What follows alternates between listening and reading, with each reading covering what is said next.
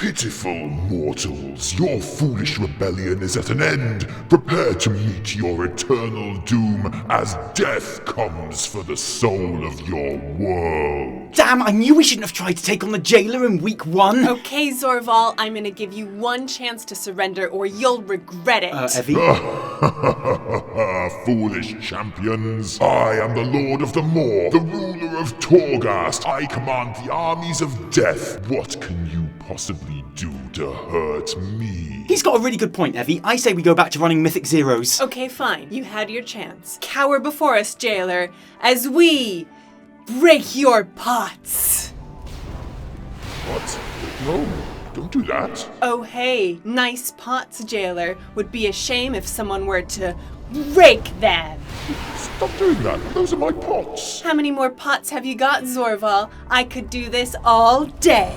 Stop it. I really like those pots. Do you give up? Yes, fine. I'll do anything you like. I'm sorry. Just don't break any more of my pots. See, I told you this was gonna be easy.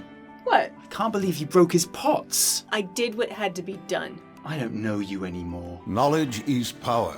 Hello Internet, Taliesin here, and welcome to another episode of the weekly reset, Taliesin and Evitel's Wondrous Wisdomshow. And yes, it's the first episode after the Shadowlands release. We're going to be talking about Shadowlands, the global launch, and the first week experience, and the endgame, and the already apparent awesome bits, and worrisome bits for the future. And Classic has Naxxramas out, but I'm afraid we will not be talking about that. And that's no slight on Naxxramas, obviously, because Classic is awesome, but Shadowlands is out now, and this last week at least has been absolutely wonderful. Because of course it has. It's a brand new expansion. When our last major content came in January this year. It's got that thing where everyone logs in at the exact same time, more on that later, and goes to a whole new place, more on that later, and levels 10 new levels through a new story, and new characters, and new memes, and new cinematics, more on that later, and then gets to grips with new dungeons, and starts on the new, initially unknowable endgame with all of that nonsense, more on that later, and gets ready for a new raid, and basically the game and social media is just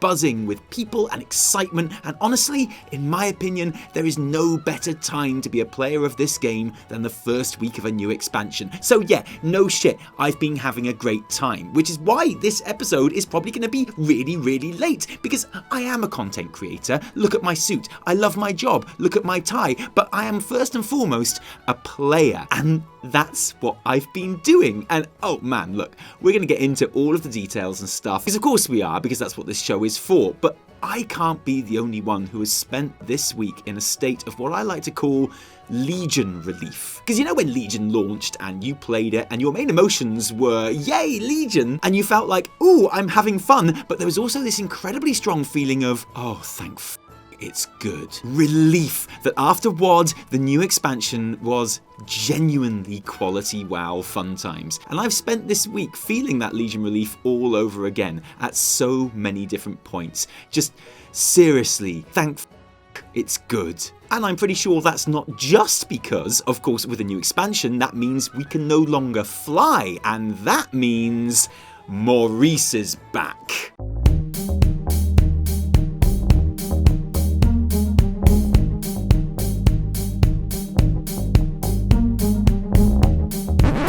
Oh yeah, except in the Moor. I always forget that. And with that said, and with my stall firmly laid out, and with the acknowledgement that, you know, it's week 1, to the main story of the episode, the winners and losers of Shadowlands. What has Shadowlands absolutely smashed so far, and what feels good, and what has Shadowlands absolutely failed at so far, and feels very bad. F's in chat, except these F's aren't to pay respect. No, these F's mean fail, and we don't respect failure around here. So first up, the global launch. This wasn't WoW's first simultaneous global release. BFA got the same treatment, and as someone that plays on a very high population server in Argent Dawn EU, I I made sure that I was logged on an hour before Shadowlands hit to sit outside the keep in Stormwind, where the first quest was due to pop at 11 PM UK time. Just like BFA, my guild and many others were there in force. Although unlike BFA, of course, it was only Alliance, obviously, which is a shame. But when the clock struck on the hour and Darian appeared and opened the portal to Icecrown, I was there to wave my brave guildies through.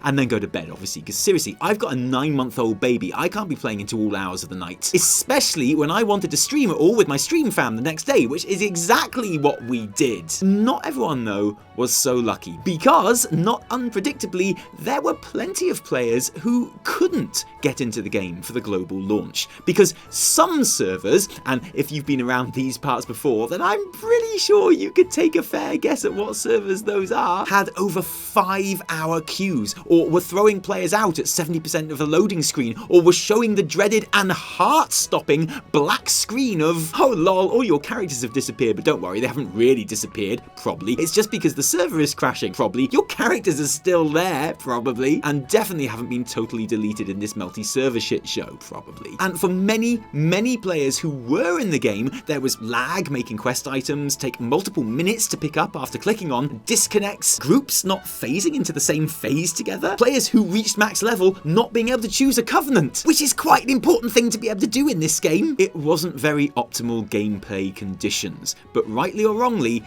we have come to expect this on a launch day, especially on some servers, which I'm pretty sure you could take a pretty strong guess at which ones I'm talking about. And so the forums took it on the chin and accepted the crush as part of the traditional launch day experience, an experience that by any measure is nowhere near as terrible as nearly any other Expac launch in the game's history. And so, no, it was a shit show, obviously. Frostmourne just shat itself. Honestly, why did we pay for this? You took an additional 4 weeks, 28 days to work on this, and you still can't get it right. Just point me to the refund button. I was going for server and world first, prepare for months, and got wrecked from Blizzard's server. What compensation do I get for that? Yes, you see, genuine server and world first attempts have been ruined here, guys. This is serious. And actually, it is serious. Because I can sit here and be a dick about it and be all like, well, I didn't have any problems, and I'm on a big server. And actually, I think you'll find that for 99% of players, it was the smoothest launch ever, and that's not untrue, but it's no good to you if you spent the first few days of Shadowlands unable to play because your server didn't want to let you. That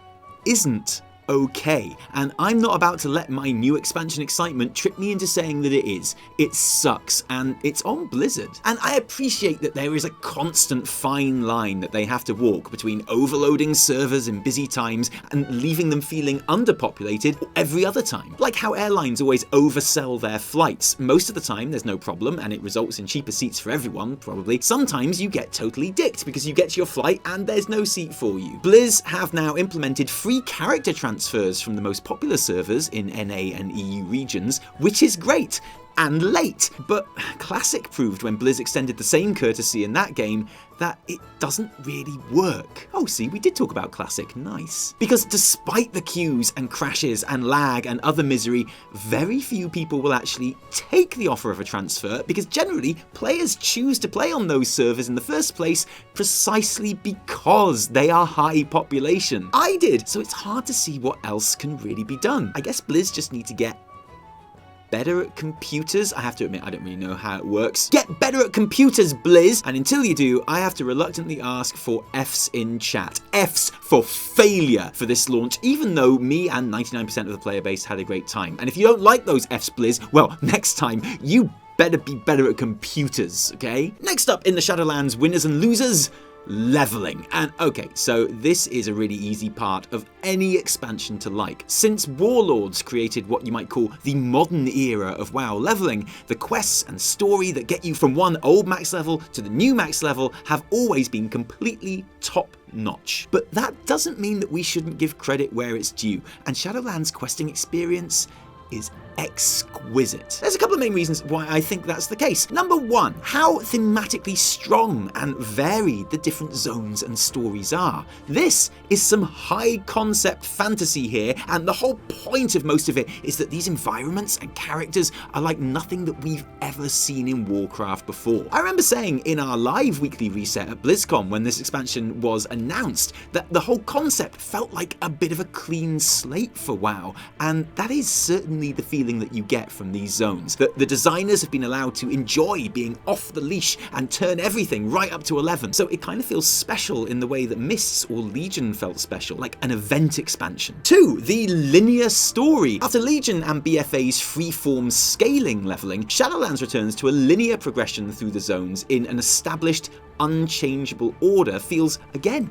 weirdly refreshing. Because now the writers don't have to create zone stories that need to work whichever order the players tackle them in, and can instead focus on a narrative that succeeds on its own terms. And the way the journey takes us through the 4 covenants feels both more efficient and in-depth and detailed as a result. And I love the way it allows you to be introduced to all the covenants too, and enjoy them before you move on. I didn't end up going Kyrian on my main, but I totally dug my taste of being Kyrian in the Bastion questing. Yes, I chose Appa as my steward to give her a break from cleaning, and yes, I created a macro to say yip yip when I summoned Appa, my steward. My leveling was pretty slow. 3. The leftover quests. And this is actually a really important one, and something that we talked about when the game was in beta, and I'm really pleased that it made it to the finished expansion. First time through on my main, I leveled in war mode, because of course I did, because all of my characters are always in war mode all of the time. Hashtag Horde Slayer, hashtag Alliance Slayer. Yeah, that's right, I'll slay any old noob depending on which colours I happen to be wearing at the time. That's just how I roll. I stuck entirely to the main story quests, marked with a shield around their icon throughout, reading all of the quest text and doing all the voices on stream, because that's just how I roll, without doing a single side quest, and I hit level 60 with 3 chapters of the Revendreth leveling campaign still to go. And Revendreth is a pretty long zone, okay? It's a really long zone. What that meant was that after I was finished with the storyline and joined my covenant, Vampire Bitey Boys for life, obvs, not only are there still loads of quests in every zone still to do, but there are vast swathes of the map in every one of those areas that I haven't even been to, and that actually feels awesome, because now when I'm running around doing my callings and world quests, quite often I'm going to a completely new area for the first time to do them, and I often have a couple of side quests waiting for me when I get there, which, if I'm in the mood, because I'm not always, but I often am, I can pick up to learn about this new place that I've just arrived in and bank some sweet faction rep. Like, for example, this weird floaty book tower thing in Bastion. I have no idea what this is. Why are there so many books? Why are they floating? Who knows? But I'm looking forward to finding out. And I know many of you don't level with war mode on and had to do a few side quests on your way just to hit the thresholds for continuing the main quests, or just because you really wanted to. But even then, I bet that there are still unexplored areas on your map when you started endgame, and that's just really cool. I'm a big fan of that. It keeps a sense of exploration even after the leveling has finished. And the 4th reason why the leveling is so great, how fun it's been to see the online conversation with people either really loving their chosen covenant zone as they level through, or even better, players having their mind completely changed during the leveling as they experience what the covenants have to offer. And I mean, seriously, this week for me has been all about the public redemption of Maldraxxus. After BlizzCon, Maldraxxus was the zone most players ranked bottom of the list of covenants that they were excited about. And it has been an absolute joy to see it rise in everyone's estimation as people realise, just like I told you back in Alpha, that it's glorious. After the chill sadness of Bastion, where war mode phasing was very tight, like I saw one player of the opposing faction the whole time through that opening zone, to then be thrown into an actual gladiator pit where war mode phasing was not tight, and suddenly you had a 3-way bloodbath of Horde and Alliance and NPC mobs, through to Draka staging the slowest rescue attempt of all time. The badass House of the Chosen, which, you know, I'm not saying it will be a raid later, but we really didn't spend much time there before it got taken over by baddies, and it seems very well designed for an area that we won't see again, with lots of very big and differently shaped areas. I'm sure it's nothing, forget I said anything. Getting some sweet jailer lore along the way, and just generally being metal AF. Maldraxxus may not have instantly become everyone's favourite zone, but it definitely changed a lot of minds this week. Undeniably, it is a massive win for levelling in Shadowlands. It feels great. But of course, there is another part of the levelling to take into account this expansion too, and that is the Threads of Fate, which allows your alts to choose an alternative route to 60, picking your covenant straight away and roaming around the different zones, doing side quests, world quests, killing rares, looting treasures, and doing dungeons. A much more freeform, sandboxy and grindy experience, and one which allows you to start stocking up on anima for covenant progression right from the start. And I did try out the Threads of Fate on my druid, and I have to say, I didn't really like it. Although, and I stress, I don't think that's any reflection on the system, which I think is implemented really well. For me, it was because, as I mentioned, I haven't done any side quests on my main character yet, and I really enjoy picking them up and doing them as I go about my daily endgame stuff. So I don't really want to spoil those quests for myself by doing them all on my druids so soon. And that left me with world quests, which are not as numerous as they were in previous expansions, dungeons and objectives, which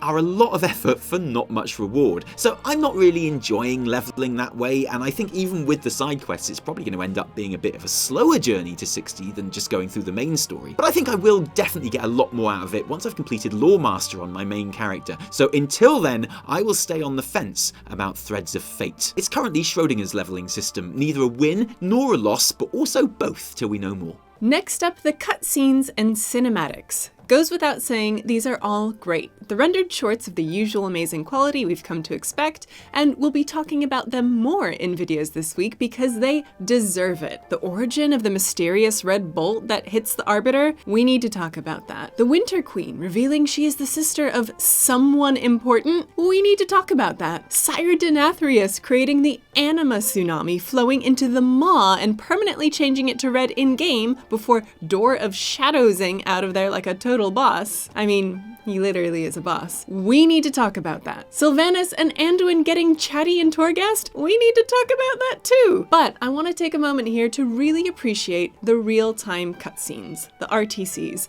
which are not just plentiful in Shadowlands so far, but also just really baller. Now, I need to say before we start, I'm a massive sucker for these because anything that puts my character and her glorious transmog into a cutscene looking way more badass than any other character is automatically going to be brilliant as far as I'm concerned. So my bar for these RTCs has always been a bit low, which is just as well because in the past they've sometimes skirted the line between charming and janky quite dangerously. The RTCs in this expansion though, a jank-free zone, my friend. The movement and animations seem more fluid, the actions the models are able to perform are next generation compared to BFA, the music generally syncs better, and sometimes, when a character is talking, their lips almost move at the same time that we hear the voice lines. It is such a huge improvement, and it's already given us amazing moments, like Anduin getting his dome on to seal our escape from the maw, an ability that we now know has a cooldown of almost exactly 1 expansion. Blasting invading forces in Maldraxxus with our huge Primus statue, which it turns out is also a massive gun.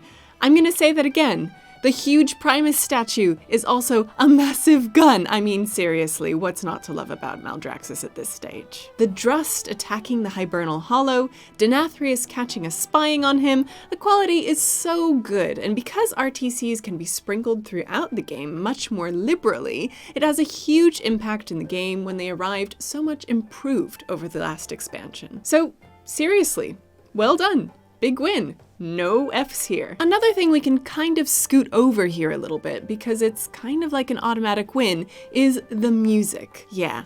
No shit, it's really good. But there's a couple of big wins I want to point out with it too. Echoing what Tally said earlier, I think the whole premise of Shadowlands lends itself to the creatives involved having more fun and letting loose a bit more than BFA's initially more down-to-earth faction war framework allowed for. And the distinctive differences in the zones, and especially Covenant halls, really help us notice that. Death is an emotive subject, and I think so much of this soundtrack captures a sense of melancholy or unknowable grandeur, but also a real sense of yearning, which works really well. Tally would call it Hiraeth, the happy pain of remembering home, and that seems fitting for the afterlife. Best of all though, I think we've definitely learned a valuable lesson that the main player hub of an expansion should have chill music. Thank you, Oribos, for bringing chill vibes back to my central hub, as well as basing all your architecture on that cool S that everyone used to draw in school. I generally really like Oribos, and I think there should be an aquatic mount you can farm from Oribos called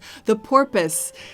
Just my feedback there, okay? Same goes for the voice acting, again, predictably, with performances across the board which are way better than a bunch of actors recording in various cupboards and spare rooms in their homes have any right to be. With special mention going to Aisha Salim, who plays Ana in Overwatch and single-handedly turns Venari into a character no one really thought twice about before into everyone's new favorite character who they'd like to bone.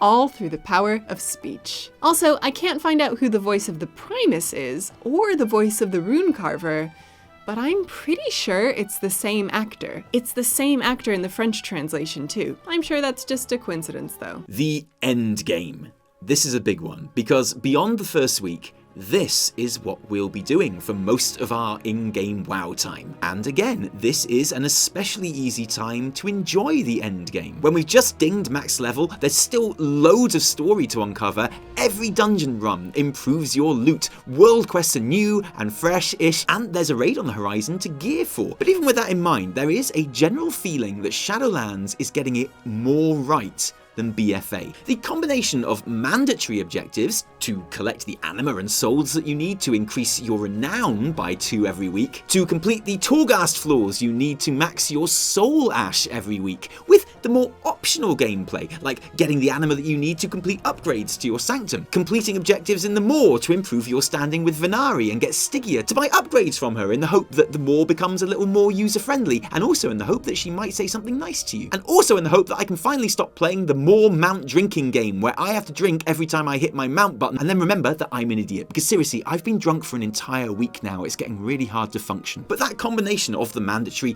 and the optional is really interesting, and currently, for me at least, a really fun one. It does seem like Blizz have learned the lessons of Islands and Warfronts, that making side content mandatory for a major power rewards does not make it more fun, and actually giving players choice in what they don't have to do quite often results in them looking forward to playing more and enjoying the game and playing more as a result. And I have to say, that is really helped by the Covenants, which gives everything a really firm identity and purpose. Like, I've always been Vampire Bitey Boys for life for my main, except when I wasn't, because I played through the other zones and I like them too, but I'm genuinely surprised with how hard I am living my Covenant right now. Like, I am proud of it, and I like to rep it, and okay, that might be because my Covenant has Rendell, who is absolutely the totally Biss Sanctum resident, but whatever, it's true. Seeing everything through the prism of my Covenant feels every bit as great as Order Halls did in Legion, but actually better because I chose my Covenant, and with the upgrading of the Sanctum and the questing being skewed towards your specific zone, and those little perks you get in specific dungeons, and yes, and I fully acknowledge this one could still be very problematic in the future, but I'm talking about how I feel this week here, the Covenant specific abilities and soul binds. Right now, I'm super glad there was no ripcord pulled, because the fun I'm having in game and the sense of identity that I feel towards the Covenants would be lesser if it had. Like I say, I reserve the right to change my mind on that one in the future. And finally, Torghast, which many were disappointed only opened in part in the first week, the maximum progress being to level 3 of the Soul Forges and Upper Reaches, and mate, the final bosses on the tier 3 stuff is no joke. I've enjoyed going in there solo, but I've really enjoyed going in with a group, where if you're in the more difficult content and probably a bit undergeared like we were, then it does kind of feel like a mini raid or something. It works. Having different wings and layers open up as the patch progresses is probably good for the longevity of the tower too, and honestly, it would probably feel totally overwhelming if, on top of everything else we've had to get a handle on in this first week, we felt obligated to run 4 wings of random Death Tower too. For now at least, it's another win. But we do have some niggling worries about the expansion too. As predicted, I'm having good fun collecting all my conduits to add to my library right now, but I still think it's going to be horrible if we have to refarm them all over again at higher item levels next patch. And also, I've got a feeling it's one of those things that is going to seem really alt-unfriendly once the expansion is past its infancy, as is Torghast farming. Hey, there's always these Soul Ash missions that have started popping on people's command tables, right? No, only joking, that is another worry. I'm fine with the command tables, and the Shadowlands auto battler iteration is neat, but I don't really want there to be currency with the importance of Soul Ash on there. At least not yet. We don't yet totally know what form Renown catch-up is going to take from next week onwards, and how that's going to impact currently unleveled alts. And there is always the residual doubt at the back of your mind of how long will the current content stay fun, and how long does it need to stay fun before the next patch comes out? One of BFA's major failings was that content took too long to arrive. And an obvious marker for 9.1 would be the end of the current Renown cycle, which, if everything stays on course with 2 Renown per week, will see us hit the 40 cap on the 6th of April 2021 at the earliest. If 9.1 were to arrive the next week after that, then we're looking at 19 weeks of waiting. BFA's patch 8.1 arrived after 17 weeks, and that felt way too long, so I don't know, I guess we'll just see how it plays out. Okay, Evie, the world needs to know. What? Your covenant choice, Okay. your leveling journey, Right. your main, what's going on? How was the opening week for you? You know, it's been really good. Oh, thank goodness. been great. Do you know what? It'd been really awkward if you turned around and been like, I'm done with this game. It's rubbish. Well, my only frustration is that I don't have enough time to do it as quickly as I would like. I've been very impressed, though. You've But kind of gone through it. I've been grinding it. Well, I'm done leveling. I leveled my hunter, Evitel. I went for Bastion in the end. Nice. I stuck with it, although I was almost swayed by Night Fae. And every now and then when I'm running around an Ouroboros, I'm like, I'm going to switch to Night Fae literally just so I can run around Ouroboros faster. In my head, you really like Ardenweald, right? Because Right.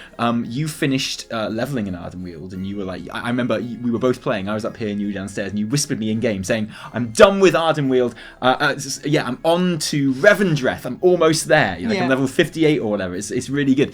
And I was like, "Yeah, well done, Evie, well done." And I continued playing for about an hour, and then I came downstairs, and you were still in Ardenweald, and it was really weird. And I was like, "Why are you still in Ardenweald?" And you're like, "I'm hunting a mount." You're like, I'm going into this maze to search for this. I got the rune unicorn stag. mount. Oh, the Yeah. unicorn. Why did you go with Bastion in the end? Was it just for the ability, or was it sort of like the general feel of the place? What? I really loved leveling. I just love the place and I love the story. And I know some people are like, "Oh, those Kyrian, they're bad. They're about like erasing your memories, and they keep little slaves." And yeah, I mean, in fairness, Evitel, like the slavery thing is bad. the slavery thing is bad. The whole kind of, I think, purifying yourself, sanctifying yourself by forgetting your life. Sounds really bad when you put it like that. It's doesn't it? really, Yeah. it's really bad. But it makes There for should never be a really- but. Should never be a but. Like the slavery thing is bad, but Sorry. Therefore, it makes for a really interesting story. I think it's quite cool, and I like how the characters are conflicted, and I really like the Forsworn. But you know that your job is to kill the Forsworn, right? I know it is, but I like them, and I am gonna get the Forsworn recolor of the armor set. Oh, okay, that's cool. So the armor set was part of the deal as well. 100%. Oh, right. So here's the thing.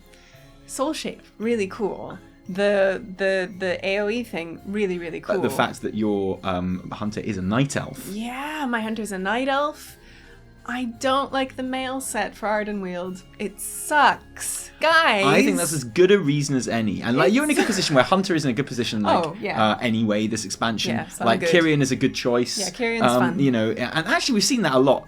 Since in the last couple of weeks, a lot of these Covenant abilities have been kind of brought into line with each other, and like most people can kind of go whatever they want. Yeah. There are outliers, whereas a couple that you really want to be going depending on your class, but mostly you can kind of choose whatever you like, and I think that's pretty cool. It's kind of working as intended, I guess. Yeah, except for those Death Knights who have to be Night Fae. No, Death Knight, you can go whatever you like. Okay. Yeah, I mean, okay. Blood Night Fae is extra good. Yeah. But no, most Death Knights I know now are going Necrolord. Oh. Here's my ranking of the zones. Oh god! Oh, we should have made a whole video of this. I know. Oh no! Okay, right. I'm calling this. Forget it. Even though this is right at the end of the video, I'm calling this video Evie's ranking of Shadowlands zones top 10. Purely on Got subjective a top 10 because people will be like, and top 10? niche. That's Exactly. intriguing. I thought there were only 4. Exactly.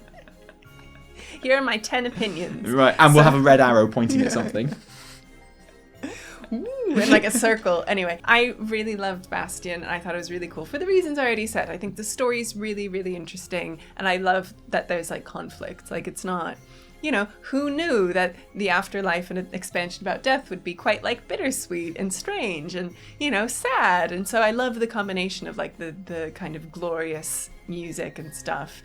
And yeah, it's good. And I think sadness is a good word. Yeah, I think It's you go there sad. and it's all trumpets and very sad. angels and Yeah. heavenly, and people say it's got like a dark undercurrent, but it's just got a very sad undercurrent. Yeah, it's just like there's this woe and there's this sadness because everyone there lived a life of service, and so they're usually good people with a lot of regrets and worries and like guilt and I feel like it's really fascinating actually. Yeah, and like the aspirants who are like really like suffering and like going through their trials. So it does it for me. My number 2, unexpectedly, Maldraxxus. Not that unexpectedly, because I kind of set it up.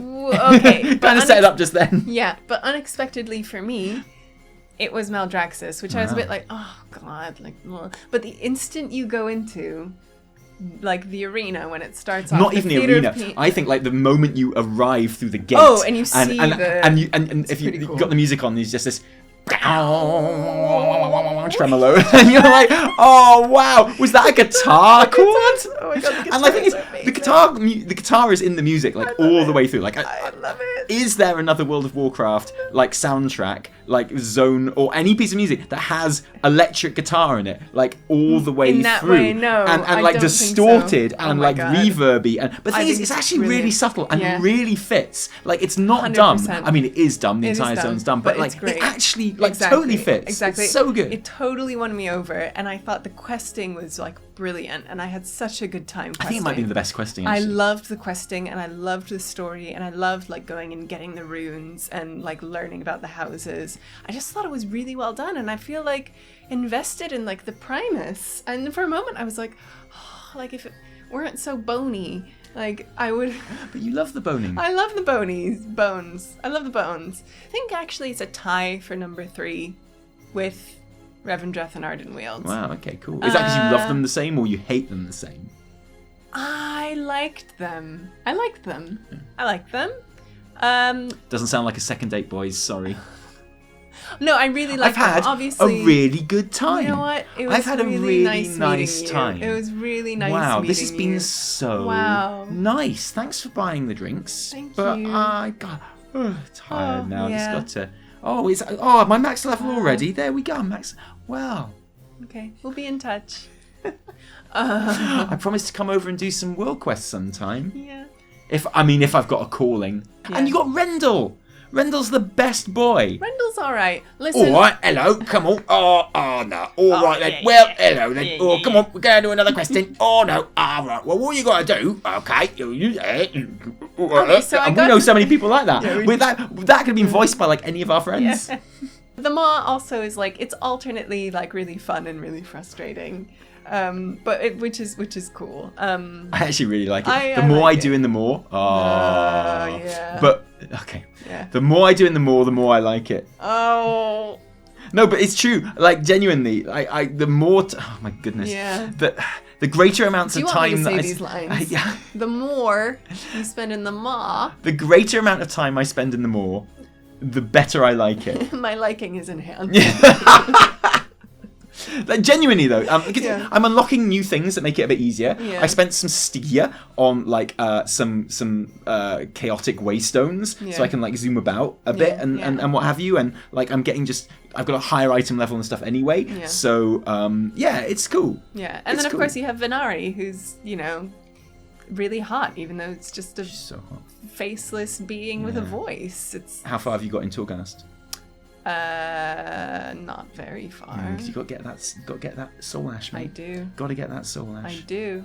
Well, we will continue our adventures in Shadowlands this week, and we're going to try and do our cinematic analysis videos this week as well, Yeah. which are going to be as much speculation about the amazing questions that those cinematics raise and kind of answer, as well as being cinematic analysis. And we'll be back next week for another weekly reset to tell you all about what we've been doing this week. If you want to see what we're doing this week, come and join us on stream, as always, where we are busting through Shadowlands. Oh, yeah. But thank you for being here today. If you liked this video, don't thank us, thank our patrons who give their actual real life money to make all of our work happen. And guys, without you, there would be a whole lot less Taliesin and Evitel. So thank you, because I like the amount of Taliesin and Evitel just how it is. Me too. I mean, there could be more. There will be more because of the patrons. Yeah. So yay. If you didn't like it, downvote the shit out of it. Remember, my name is Zoval. It took so long to get that name right. No, my name is Taliesin from me. And me, Evitel. And Nyrin too. Until next time, cheerio.